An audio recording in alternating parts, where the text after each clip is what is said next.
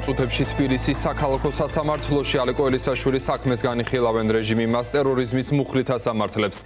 საქმე თავდაპირველად სხვისი ნივთის დაზიანების მუხლით დაიწყო, თუმცა მას შემდეგ რაც ოლიგარქის პარტიის წევრების შეფასებებში სიტყვა ტერორიზმი გაჩნდა, ოცნების პროკურატურა მუხლი მალევე გადააკვალიფიცირა. მას სასამართლოს კანცელარიის შენობაში ცეცხლის წაკიდებას ედავებიან. ელისაშვილი თითქმის 6 თვეა კაცრი რეჟიმის ციხეში იმყოფება. რა ხდება დღევანდელ პროცესზე? ნუცა ბახუტაშვილი მოგვიყვება უფრო მეც პირდაპირ ეთერში ნუსაგისმენთ.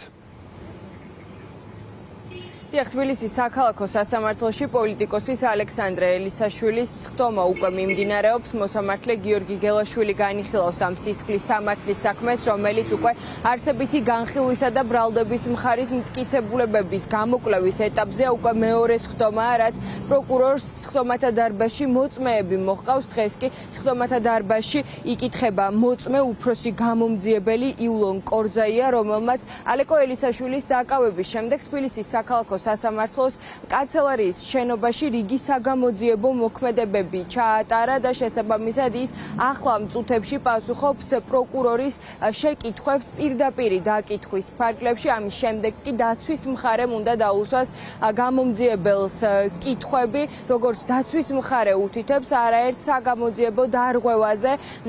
ამის შესახებაც ექნებათ კითხვები, რატომ დათვალიერდა მაგალითად დაგვიანებით შემთხვევის ადგილი და ერთი სხვა მნიშვნელოვანი კითხვა საინტერესოა, ექნება თუ არა თავად ბრალდებულ ალეკო ელისაშვილსაც შეკითხვები ამ მოწმესთან, რომელიც დღეს პროკურატურამ მოიყვანა და ერთადერთი მოწმე ჰყავს ხდომათა დარბაზში წარმოდგენილი დღეს პროკურატურას, რაც შეეხება უშუალოდ მანამდე გაკეთებულ შეფასებებს. ადვოკატების თქმით, ამ საქმეში არ არსებობს საკმარისი მტკიცებულებები იმ კვალიფიკაციის დასადასტურებლად, რასაც პროკურატურა პოლიტიკოსს ედავება, კერძოდ საუბარი არის ტერორისტული აქტის მცდელობაზე. თავდაპირველად გამოძიება დაიწყო სხვისი ნივთის დაზიანების მუხლით და შემდეგ რაც პროპაგანდა გააქტიურდა ალექსანდრე ელისაშვილის ქმედების წინააღმდეგ და ქართული ოცნების პოლიტიკურმა ხელმძღვანელობამ პრაქტიკულად მოუწოდა გამოძიებას მუხლის გადაკვალიფიცირებისაკენ.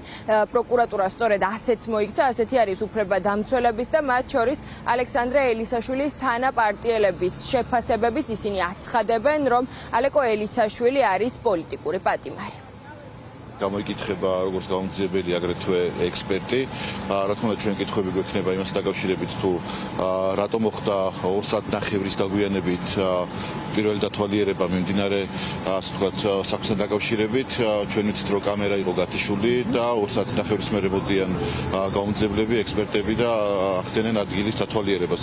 ჩვენთვის ახლა ბევრი კითხვები არსებობს 2 საათნახევრის განმავლობაში, თუ რა ხდებოდა მიმდინარე საქმესთან დაკავშირებით, იმიტომ რომ ბევრი კითხვა არსებობს. არ ჩანს კონკრეტულად ალექსანდრე ელისაშვილის კადრი, იმიტომ რომ ნიღბის მოხსნის წინ წყდება კადრი. ელისაშვილი მოქმედებდა შეიარაღებული იყო და იარაღის გამოყენებით იდენდა ტერორისტულ აქტს, თუმცა როგორც აი წინა პროცესზეც გამოჩნდა, იარაღი იყო, ასე ვთქვათ, არ იყო დამუხტული, იყო დაცვაზე აყვანილი და ეს ნიშნავს, რომ არანაირი მიზანი იარაღის გამოყენების ამ შემთხვევაში არ ყოფილა და ამას ადასტურებს ექსპერტიც ამ შემთხვევაში. ბევრი ვერსია შეიძლება არსებობდეს, თუმცა რა თქმა უნდა, ჩვენ მხოლოდ ხელმძღვანელობთ იმ მტკიცებულებებით, რაც დევს საქმეში. და აქედან გამომდინარე, საქმეში არსებული მტკიცებულებით ჯერჯერობით ამ ეტაპზე ადგინდება, რომ ეს დანაშაული ჩადენილი ალექსანდრე ელისაშვილის. ალეკო ელისაშვილი არის ოპოზიციონერი პოლიტიკოსი, რომელიც ქართულ ოცნებას დიდი ხანია ეჭხირებოდა თვალში და ახლა გადაწყვიტეს, რომ მთელი რისხვა დაატეხონ მას, გამოაცხადონ ის ტერორისტად. მიუხედავად იმისა, რა ქმედებაც არ უნდა ყოფილიყო ჩადენილი, ამას სამართლიანი გამოძიება უნდა ადგენდეს პირველ რიგში, მაგრამ ეს ყველანაირი განმარტებით, მათ შორის გაეროს განმარტებით არის პოლიტიკური დევნა და ამ თვალსაზრისით ალეკო ელისაშვილი არის პოლიტიკური პატიმარი.